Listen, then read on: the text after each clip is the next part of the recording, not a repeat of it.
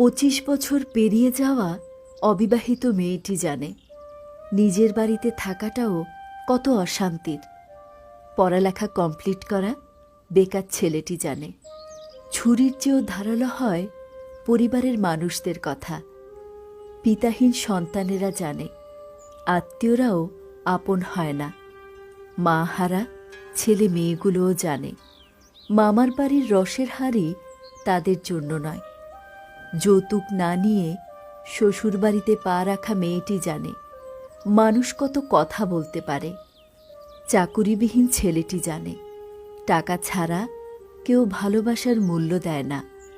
কালো মেয়েটি জানে গুণের কথা বললেও সবাই বাস্তবে রূপ খোঁজে। ডিভোর্সি মেয়েটি জানে সংসার ভাঙার দায় কেবল তারই মাথায়। সুস্থ মানুষেরা ভাবে এই পৃথিবী